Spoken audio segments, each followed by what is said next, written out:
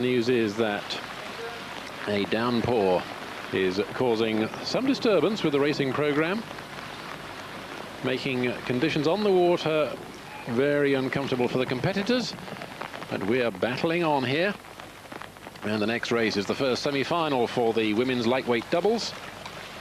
Two of these crews will go through to the grand final, another two to the B final, and another two to the C. And the full six-boat lineup: Spain in lane 1, Australia lane 2, Denmark lane 3, next to China in lane 4, then the Mexicans, the dark horses, in lane 5, and Greece in lane 6. Well, I know if I were in these conditions, my tactics, if I were able, would be to try to get what lead I could through the first 1,000. I suspect that what we'll find is that with these conditions, the crews will settle down, and we'll see relatively, I suspect, little change over the second 1,000. Certainly over the last 500, I'd be surprised if people can move very much. So if it were at all possible, and if I had enough bullets to fire, I'd like to get out there fast over that first 1,000, give myself that comfort factor of being able to look back, see the other crews battling it out. Only two to go through, of course, from this heat, this semi-final. And China looking very good, looking very strong at the moment. You can see from that shot the strength of the rain coming down, in the sense that you can't actually see the lake in the distance. You can only see the splash of the drops of water as they go in.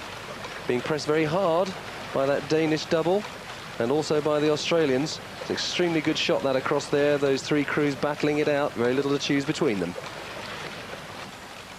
And the Chinese double going for that comfort factor, as you called it, John, but their lead being eaten away steadily now by the Danes just the other side of them, and Australia still not out of it yet. Just under half a length separating these three doubles, and only two to qualify as the Danes are beginning to squeeze out into the lead. Most definitely, as always in these qualifying conditions, the race dictated by the speed of the third place crew, or the crew that is just behind qualifying. At the moment, the Danish crew, with that long economical style of theirs, just easing ahead of the Chinese.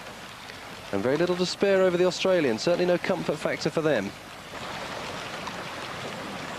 Well, the rain getting a little solid now, as this first heat of lightweight women's doubles comes down to the 1,500-meter mark.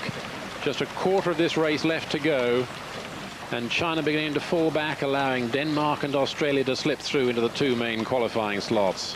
Certainly rather glad from this position that we've got the Australians in yellow top so that I can see them.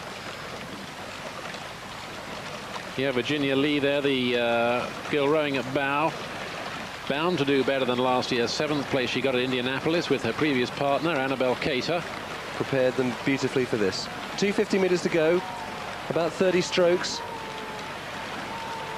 Danish eyes firmly fixed on that third place Chinese crew. The Chinese kicking hard, not giving up yet. Some fight left yet. As the competitors come down to the line, led by the Australian double, Virginia Lee and Joanne Morgan, who now have quite a comfort margin ahead of Denmark. There go Australia across the line, followed a length back by Denmark.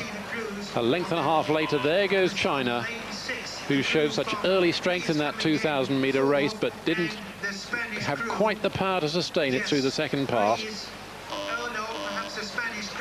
And then Spain and Greece, 4th and 5th. That's a very difficult race for those Chinese girls there. They were locked in a battle with the first two crews ahead of them, and then an enormous gap behind them. Extremely hard for them to keep pushing once they lost the sense of the Danish boat alongside them. Unless you know something I don't, Robert. Precisely.